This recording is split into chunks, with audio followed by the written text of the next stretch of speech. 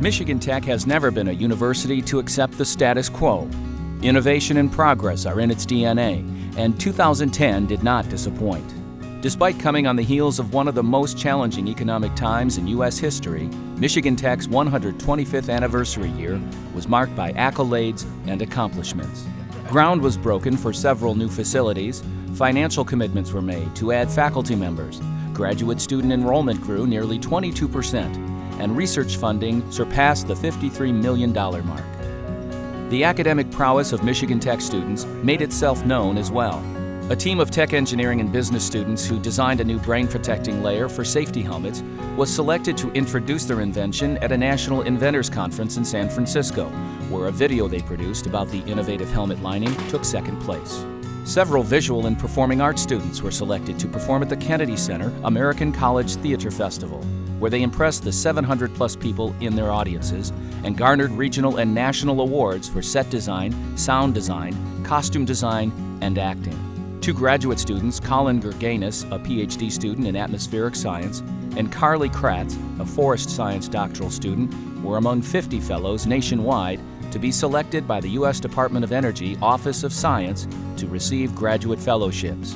Each student will receive $50,500 per year for up to 3 years. From the athletics perspective, 2010 was a year to celebrate.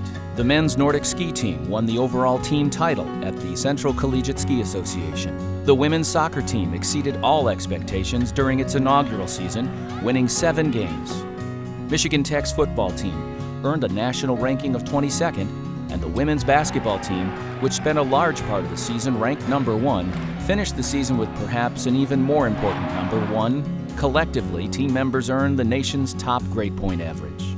Tech students shine on the field, in the lab, in the classroom, and on the stage, in large part because of the dedicated and talented faculty members who inspire them, mentor them, and motivate them. In 2010, several Tech faculty members were honored for their achievements.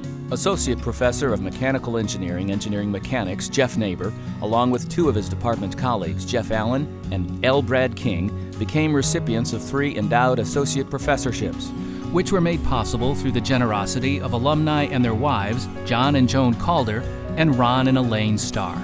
Computer science professor Linda Ott attended the 18th International Symposium on the Foundations of Software Engineering, during which a paper she co-authored was selected to receive a Retrospective Impact Paper Award. The award recognizes papers that have been particularly influential in software engineering research. Furthering knowledge through groundbreaking research is a common practice for Michigan Tech faculty members, many of whom are on the cutting edge of their fields. Professor of Civil and Environmental Engineering Tess Alborn leads a team of 24 tech researchers who are working to identify the best remote sensing technologies for monitoring bridge health. A paper developed by Craig Friedrich, the Robbins Chair Professor in Sustainable Design and Manufacturing, Shashi Karna, a senior scientist in the Army Research Laboratory and a member of the Mechanical Engineering Mechanics External Advisory Board, as well as 2 alumni, Mark Griep, a 2008 Mechanical Engineering PhD, and Eric Winder, a 2010 Biological Sciences PhD, have been recognized with the prestigious Paul A. Siple Award, the highest international award the Army can bestow for research.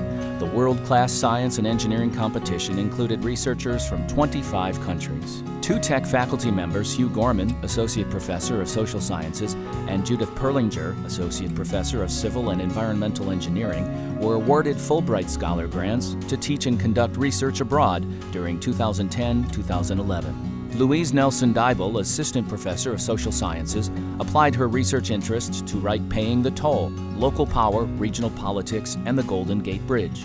The Public Works Historical Society presented the book with the Abel Woolman Award, which recognizes the best new work in public works history.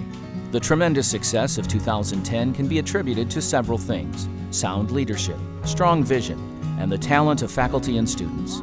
But many goals would not have been realized were it not for the generosity of those who believe in the mission of Michigan Tech. Gifts to the university this year will support new professorships, an upgrade to the research facilities in physics, and a new home for the A.E. Seaman Mineral Museum. The university also established the Michigan Tech Entrepreneurial Support Corporation, a nonprofit organization whose purpose is to help move early-stage discoveries from university labs to successful commercial enterprises. Again, a generous private donor made this possible. Construction projects completed this year included a new design center and office complex at the Keweenaw Research Center and a new all-apartment residence hall named Hillside Place. Finally, one of the most notable happenings in 2010 was the public launch of the university's $200 million multi-year fundraising campaign, Generations of Discovery. The campaign's focus is primarily on attracting and supporting the very best faculty, students, and staff by increasing the number of endowed faculty positions and increasing endowed student financial aid.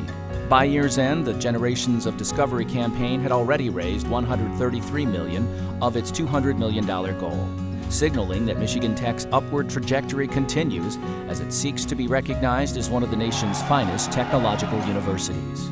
2011 is already showing signs of being another banner year.